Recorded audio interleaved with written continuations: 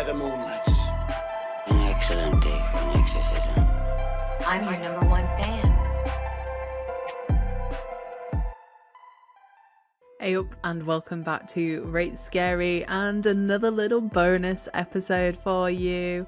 If you are new here, Rate Scary is a podcast where we delve into what exactly makes horror rate scary, and I am your host. My name is Zara, otherwise known as Scary Zara Mary.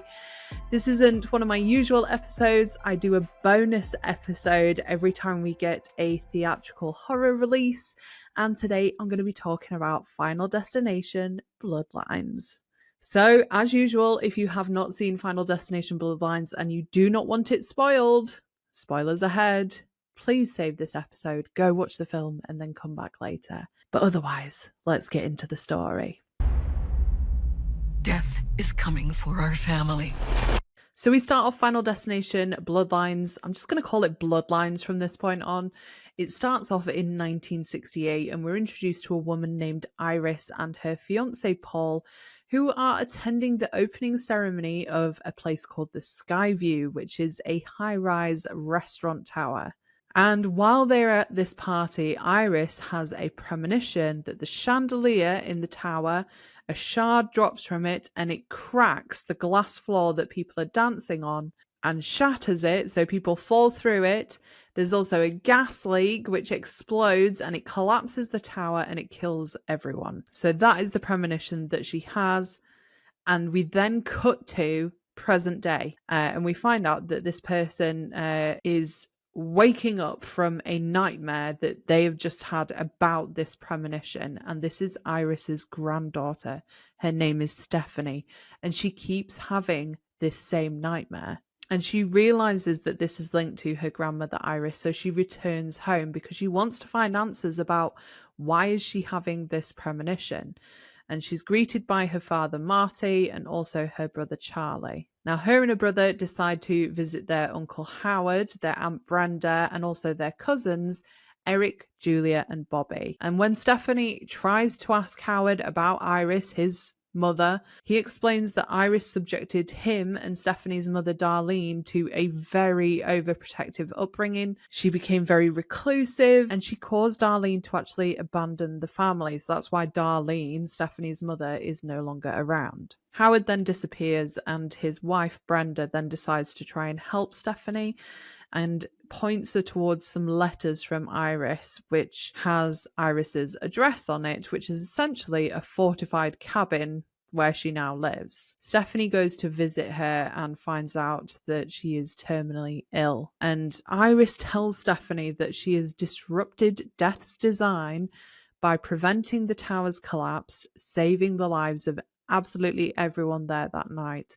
And as a result, Death has begun killing the survivors in the order they would have died at the Skyview, along with their respective descendants, who they never would have had, so they wouldn't have had children if they'd have been killed in that tower collapse. Now, Iris's fiancé Paul later died in an accident, which is what prompted Iris to document Death's behaviour, and she did so in a book, and she decided to live in isolation to prevent Death from going after her or her family.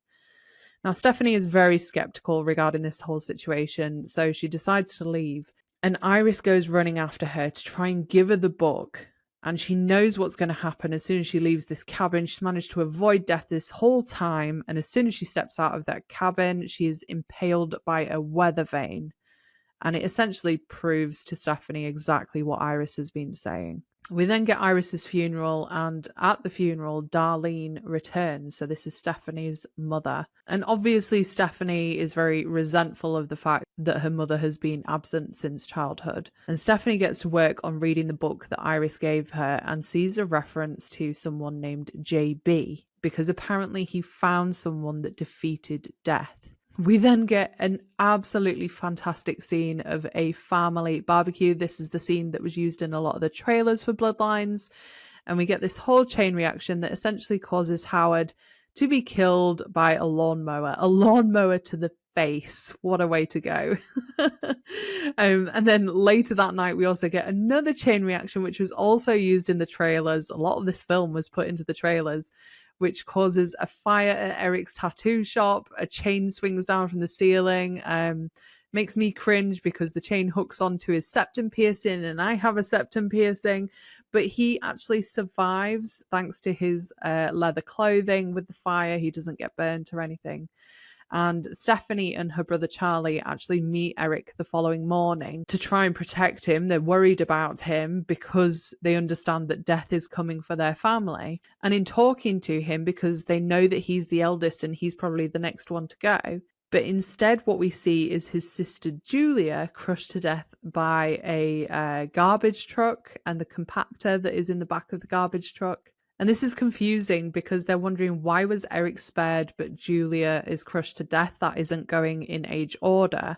But we find out that Eric was spared due to the result of Brenda's adultery and therefore not a member of Iris's bloodline, so he is safe. Darlene actually suggests visiting JB, this mysterious person, at a hospital, and we find out brilliantly, I can feel myself getting emotional, that this is William Bloodworth. So this is Tony Todd's character, the person who we see throughout all of the Final Destination films. And when we get the premonition scene at the beginning of the film, we see a young boy who manages to hide and avoid all of the chaos, and Iris saves him from the whole situation, and that little boy is JB. I think his full name is something like James William Bloodworth, so like JB, James Bloodworth for short. And he reveals that he was obviously at the Skyview as a child and he would have been the last to die in the premonition, and talks about the fact that he spent most of his life basically exchanging ideas with Iris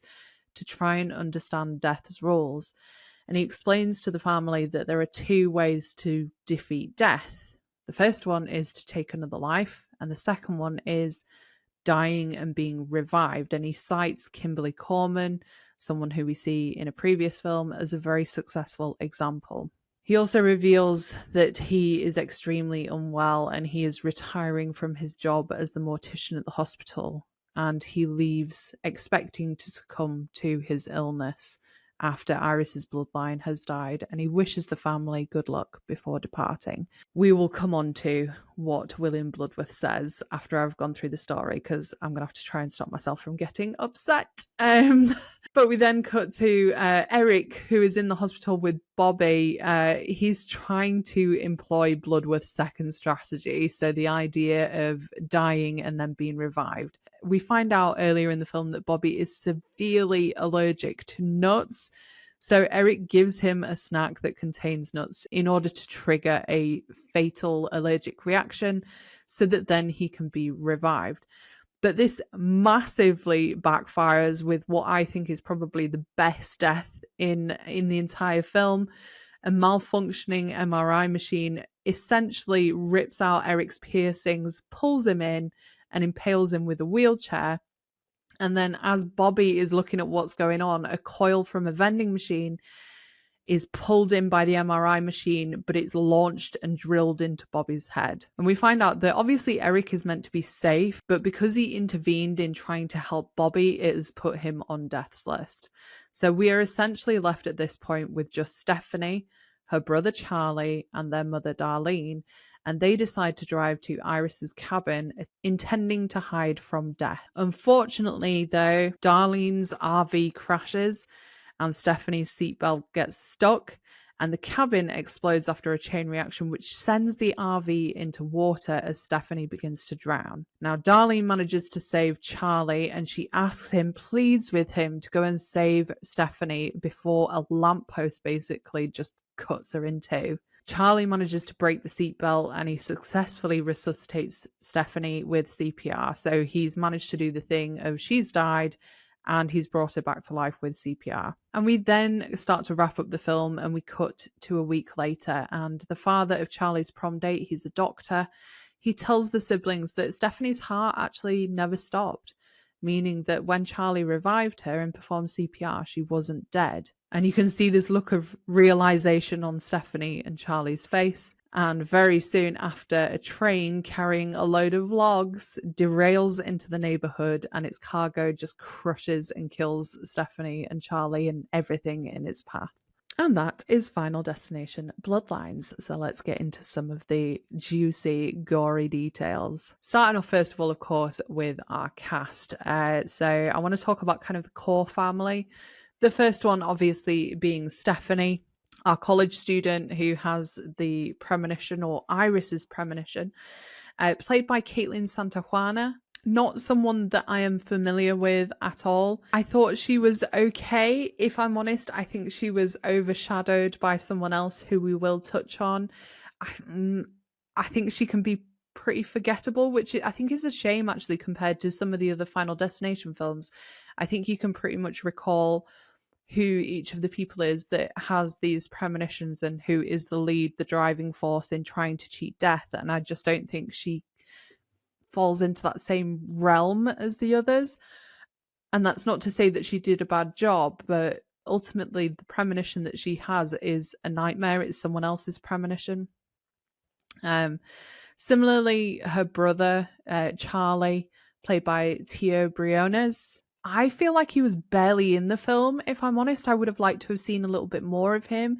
He's clearly very pissed off at his sister, the fact that she's been very absent from the family, especially after Darlene, their mother, has up and left them both. And now fucking Stephanie's gone to college and she's left him, which has resulted in him having this really great close relationship with his cousins, but understandably is pretty miffed off when Stephanie comes home and is essentially ranting about the fact that she's had this nightmare over and over.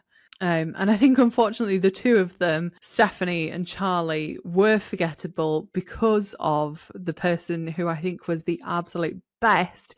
In fact, I think the three cousins are probably more memorable, so Eric, Bobby, and Julia, than any of the rest of the cast. Anna Law plays Julia. I think she was fantastic. I think she was pretty funny, very likable. I really liked her death because I think that's just one of those deaths that you always wonder about, like what goes on in a bin man's lorry, in a garbage truck disposal, like what exactly happens in the back there, what would happen if someone got trapped in there. Final Destination Bloodlines gives us that. And then you've got Bobby, I think he's so cute, played by Owen Patrick Joyner.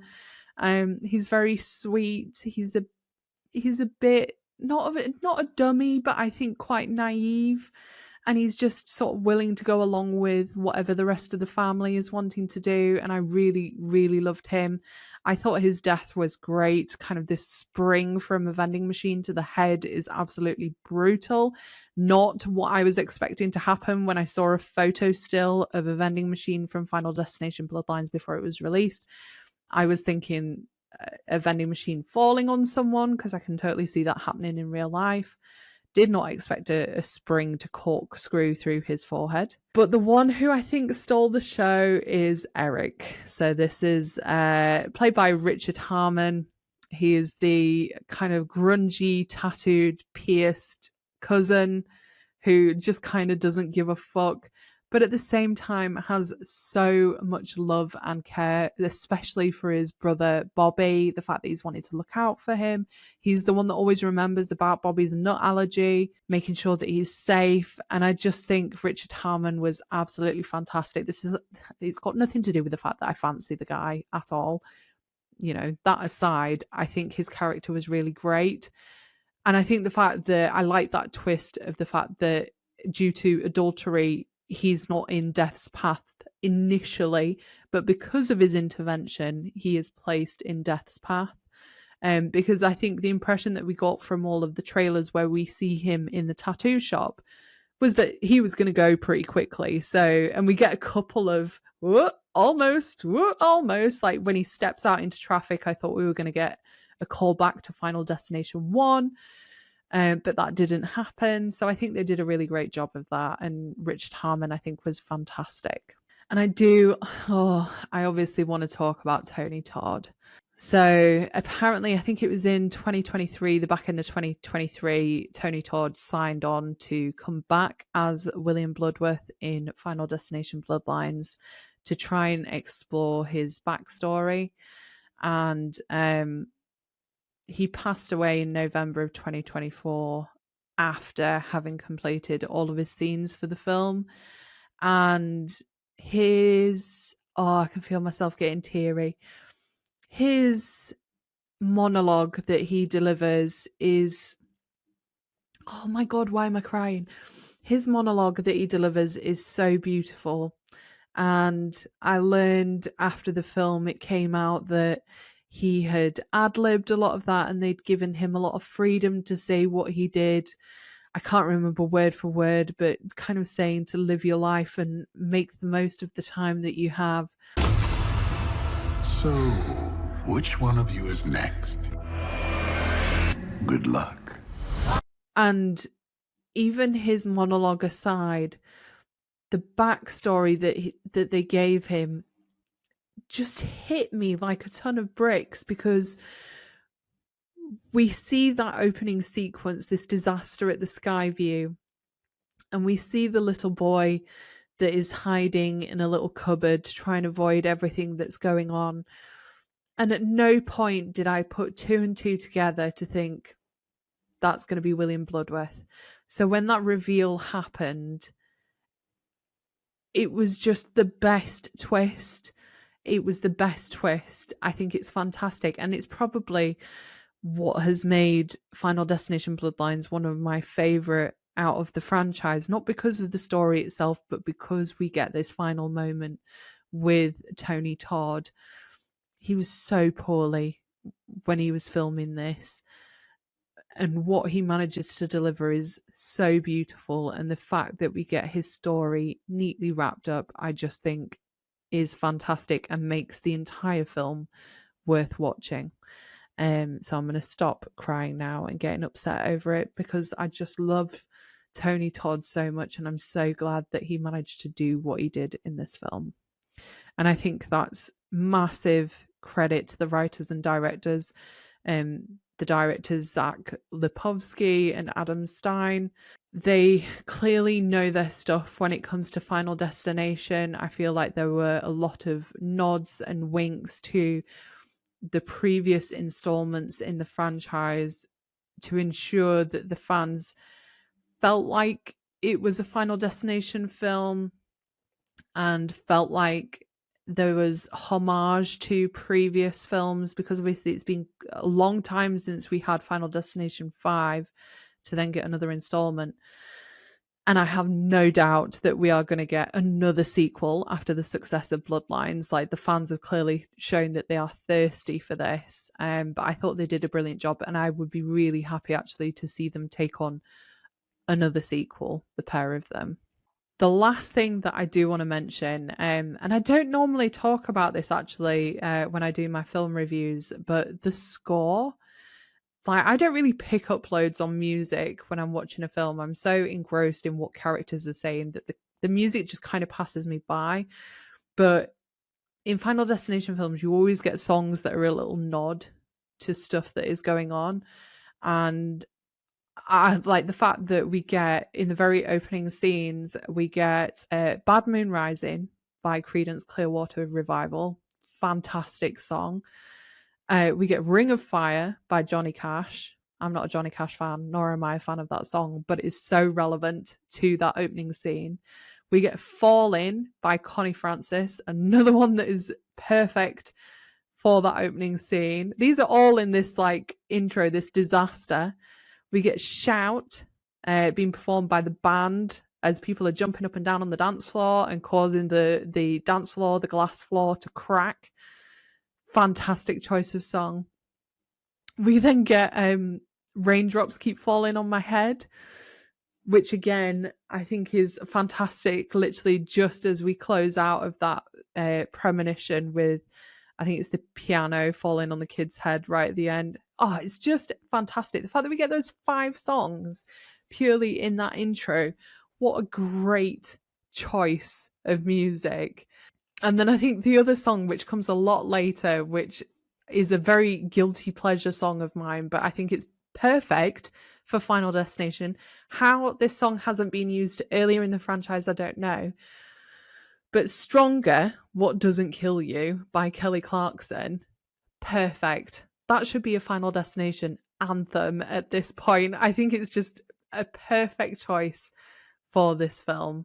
And I think the fact that I don't normally pick up on music and I've managed to pull those out. There were other songs that were in there. But the fact that I've picked up on those songs just shows how perfectly placed they were in the narrative for me to be able to go, oh, great choice of song. So if you haven't guessed by now, I really, really enjoyed Final Destination Bloodlines. I think it's a great addition to the franchise. I think if I was going to critique it, I would say that the deaths, I don't think were real world enough for me. So in previous Final Destination films, we obviously have either a disaster, like getting on a plane, getting on a roller coaster, driving down the highway, those sorts of things, like driving across a bridge, all things that you would have like an element of fear in the back of your mind about, but logic takes over and you do those things anyway. Final Destination makes you go, ha, bitch, you thought, and makes you scared of those things again. And I don't think the Skyview Tower collapse is relatable enough for people. Like, you don't go up in those things often enough. Like, maybe for Americans who have skyscrapers, we don't have them in the UK. Like, we have some in London and like big cities, but we don't have glass floors, things like that. So it just didn't have that kind of terror alert feeling for me, that opening scene. And then I think some of the deaths, as brilliant as they were, like that MRI machine kill was fantastic. But again, they're just not real world enough. Like, they're not common enough for me to be truly scared. Like, we get other ones in previous films, like going and having laser on your eye or going to the dentist and stuff like that. That's things that people actually do day to day. So I can understand why you would be scared of them. And those scenes from Final Destination might then enter your head when you are in that scenario. I just don't feel like there was maybe enough of that in the film for my liking. I think the other thing that I would probably critique is the very, very end scene with the log truck train coming over the hill and crushing Stephanie and her brother Charlie. It just looked a bit too CGI, and I know that it was paying homage to the logs from Final Destination 2, but it just felt a little bit clumsy for my liking. And then the very last thing that I couldn't really get on board with was the amount of CGI that was used in the film. Like, I've said this so many times in my reviews, I am such a lover of practical effects when it comes to gore in films, because I think it just comes across way better on camera than CGI ever could. And there were quite a few moments in the film where CGI blood was being used, and I just didn't understand it. Like, there must be a reason for it. There must be. But it looked like red wine. It looked muddy, kind of burgundy-ish. And it just didn't sit right with me. It just didn't work for me. And that probably sounds like a great big rant about all the reasons why you shouldn't go and watch this film. But actually, in relation to absolutely everything else that I loved about this film, I still thought it was fantastic. I think it's what the fans needed. It's what they've been asking for. And I think this just opens up now a door for numerous other sequels to be made for Final Destination. The fact that it's called Bloodlines, like, what about all these other families that would have been killed in the Skyview incident? Like, are the people from Final Destination 1, 2, 3, 4, 5, are they connected to the Skyview in some way? They must be. We don't know. But I think Bloodlines has done a great job of now creating this branch off from the franchise that we can explore, and I look forward to seeing what comes from that. So let me know in the comments if you are also excited about potentially more sequels for Final Destination. Do you think it's needed? Do you think they should just put the franchise to bed? Do let me know, either in the comments of this episode, wherever you are listening or watching, or do come and join me over on my socials. I am at Rate Scary on YouTube and Instagram, or at Scary Zara Mary on TikTok, Instagram, and Letterboxd. But until then, hopefully, death isn't coming to get me, and I'll see thee with this then. I'll see thee soon. They're coming to get you, Barbara. I guess everyone's entitled to one good scare, huh? I'll be right back. Game over.